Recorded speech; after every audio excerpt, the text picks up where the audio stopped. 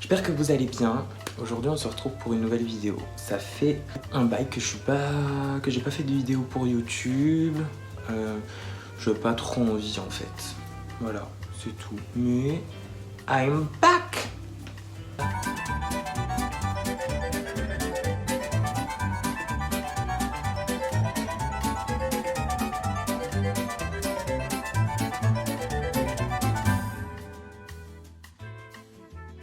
Comme vous avez pu le lire, le voir, le comprendre, tout est dans le titre. Je vais m'exprimer sur qui je suis. Je vais commencer par le commencement.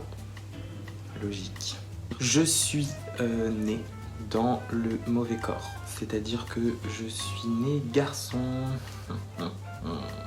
Voilà, donc je suis né dans le mauvais corps. Et ça a commencé en fait très très tôt.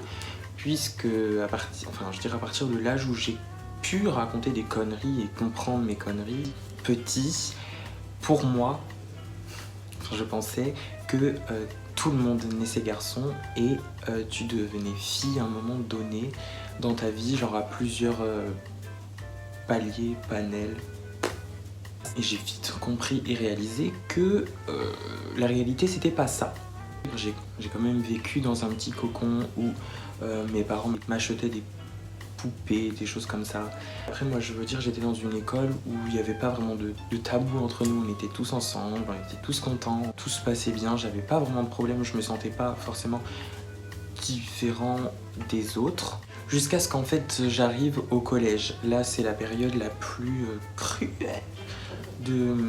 Voilà, c'est la période la plus horrible. Genre il y a plein de gens qui disent que le collège c'est genre la meilleure des périodes, mais pas pour moi.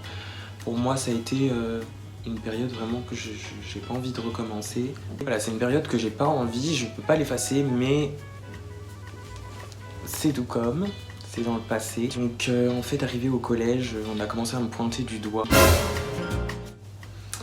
J'ai commencé à grossir, avoir des tics, des tocs, enfin bref, ça c'est une autre histoire.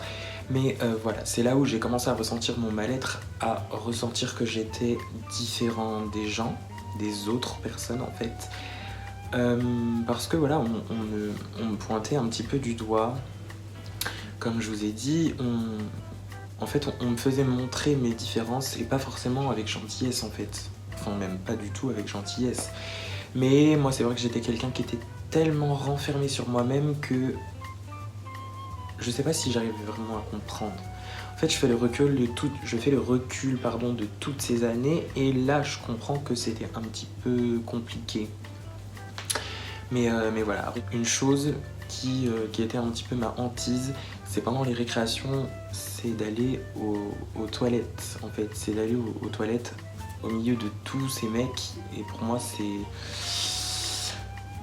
Je sais pas comment vous expliquer, mais c'était quelque chose. Je préférais me faire disputer en fait par mes profs et aller aux toilettes pendant les cours seul plutôt que d'aller aux toilettes avec tous ces garçons. Donc moi voilà, j'attendais comme un couillon à la porte des toilettes des filles en attendant qu'elles se dépêchent de pisser une bonne fois pour toutes. Voilà, on m'a très vite mis dans une case. Enfin, même les surveillants m'ont fait un peu de problème et tout ça, donc bon. Ça a commencé en fait à s'arranger un petit peu quand je suis arrivée au lycée. T'as pu ces trucs là. On te considère comme un bébé où tu dois aller faire pipi chez les garçons, chez les filles. Enfin moi maintenant au lycée j'allais aux toilettes avec mes copines, genre il n'y avait pas de tabou, il n'y avait aucune ambiguïté, c'était comme ça, c'était normal. J'avais ma place dans les toilettes des filles. Voilà quoi, je ne suis pas à l'aise en compagnie de garçons. Clairement. Donc, du coup, je le vivais mal et c'est vrai que cette chose-là s'est beaucoup améliorée quand je suis arrivée au lycée. Il y a encore 2-3 profs qui essayaient de me chercher un petit peu, donc ils m'ont trouvé rapidement en fait, parce qu'à partir de ce moment-là, j'ai commencé à me faire un caractère et à éviter de me laisser trop marcher dessus. Donc c'est vrai que j'ai commencé à leur répondre et ils ont fermé un petit peu leur bouche. J'ai terminé mon lycée et puis j'étais toujours costaud. Je me cachais derrière ça. Je fais le recul sur ma vie, je fais le recul sur tout ça. Et c'est vrai que je me cachais derrière ce poids et derrière mes vêtements. Je ne savais pas m'habiller autre qu'avec des couleurs... genre je portais un truc bleu, fallait que je sois tout en bleu. Des chaussures au sac, de cours, à tout et tout. c'était une catastrophe. Enfin genre j'avais pas de style quoi, je ressemblais à rien. Donc voilà, j'ai terminé le lycée et puis en terminant le lycée, j'ai commencé à... En fait j'avais les cheveux à ce niveau-là en fait, je les avais longs et tout ça. Les profs avaient essayé de me les faire couper, mais non. Dans ma tête ça a fait un... Je sais pas comment vous expliquer. J'ai décidé de me raser les cheveux et de me faire la couette, là, la choupette. D'ailleurs je comprends pas pourquoi j'ai fait ça. En fait, le déclic qui s'est passé, donc j'ai vraiment aucune honte à en parler ou à le dire, c'est... alors c'est bien parce que cette personne-là a eu de l'influence sur moi, mais en même temps c'est pas bien parce que je me dis que ça influence les gens, pas forcément dans le bon sens des fois. En fait, la première fois que j'ai vu Kim Kardashian, je me suis dit mais... Enfin, je veux dire, elle est tellement belle. Après, on a chacun notre conception du style, de la mode, de la beauté. Ça, c'est personnel. Mais je me suis dit, elle est tellement belle et... Genre, tu te regardes et tu te dis, ah ouais, il y a quand même du chemin à faire. Et là, c'est à partir de ce moment-là que j'ai réalisé qu'il fallait que je change mon mode de vie, en fait. Et j'ai décidé de commencer à perdre du poids, à vraiment savoir qui j'étais. Et en fait, parallèlement, j'ai cultivé en fait un look un petit peu androgyne. J'ai commencé à me teindre les cheveux en blond, à porter des extensions.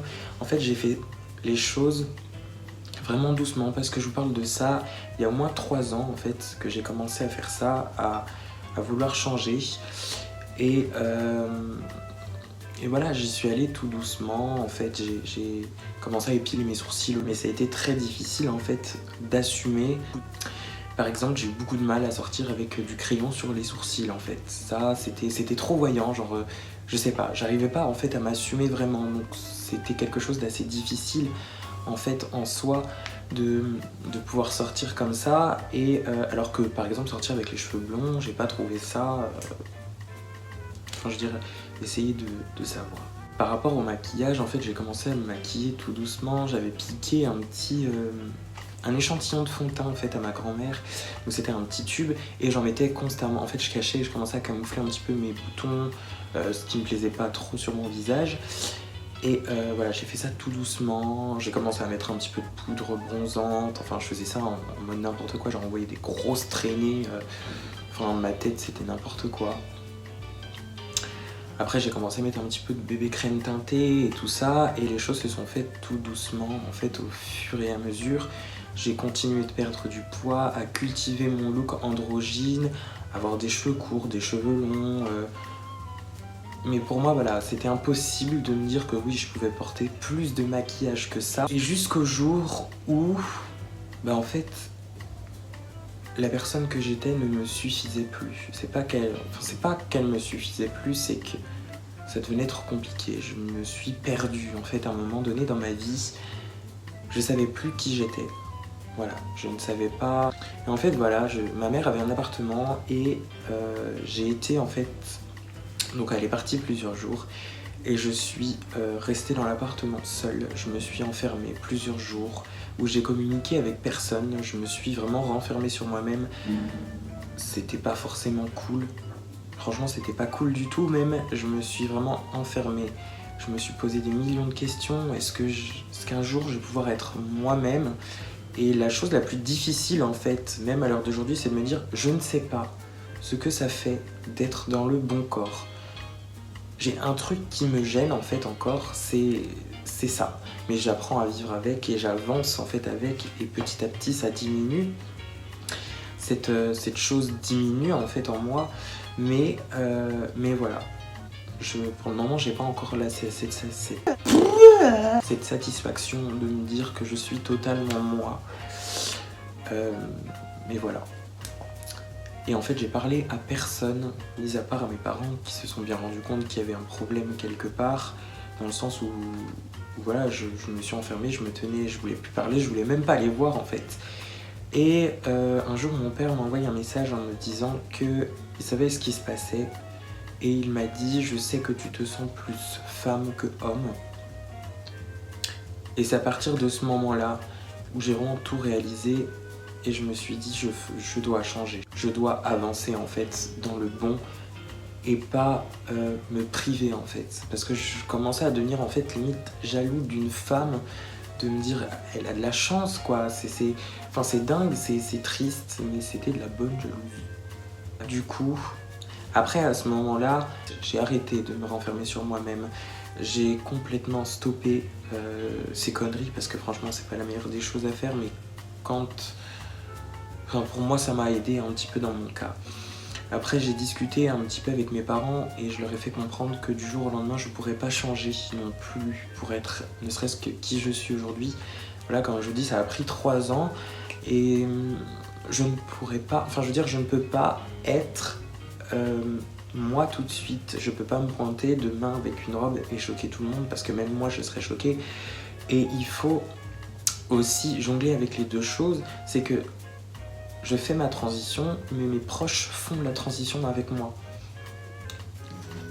Ils sont, ils sont un petit peu perdus, ils savent pas vraiment qui je suis. J'ai commencé à accélérer les choses, à me maquiller un petit peu plus, à rajouter des choses et à éviter en fait mon look androgyne et à m'habiller entièrement chez les femmes maintenant. Maintenant je fais ça, hein, je veux dire je m'habille uniquement chez les femmes parce que c'était logique et je prenais des vêtements de chez les femmes. Pas de choses décolletées, rien du tout, des pantalons, des petites choses pour commencer à me sentir bien, à m'affirmer et à faire les choses plutôt bien et dans l'ordre parce que je trouve qu'en fait, comme ça s'est passé pour moi, c'est un petit peu la meilleure des choses pour pouvoir s'assumer et s'affirmer puisque tu peux pas du jour au lendemain te pointer avec une robe et te dire ça y est, je me sens femme, je suis une femme, je porte une robe. Non. Être une femme, c'est quelque chose que tu ressens à l'intérieur et c'est même pas dans ta tête, c'est vraiment... C'est un tout. C'est toi, c'est quelque chose de difficile à vivre quand t'es pas une femme, tu vois. Et donc du coup, j'ai commencé à cultiver un petit peu plus mon côté féminin, à oser porter un petit peu des faux cils, dû mettre un petit peu de rouge à lèvres, commencer à vraiment me maquiller, acheter uniquement des vêtements féminins. Je me suis construit un look, un style. Je me suis énormément aussi aidé des réseaux sociaux, c'est-à-dire à piocher un petit peu des choses de telle et telle personne, les looks et tout ça, je veux dire... Parce qu'au final, à la base, on est nous, c'est complètement con. Et ce qu'on doit être, c'est une meilleure version de nous-mêmes. Là, à l'heure actuelle, j'essaie de construire une meilleure version de moi-même, d'être enfin moi et de pas être une caricature. Et ça, c'est le plus important. Voilà, pour le moment, j'ai pas fait de chirurgie esthétique, j'ai pas pris de traitement hormonal, j'ai pas commencé tout ça. Parce que j'hésitais encore à l'heure d'aujourd'hui. Maintenant, je continue de me renseigner sur les choses, les démarches à faire.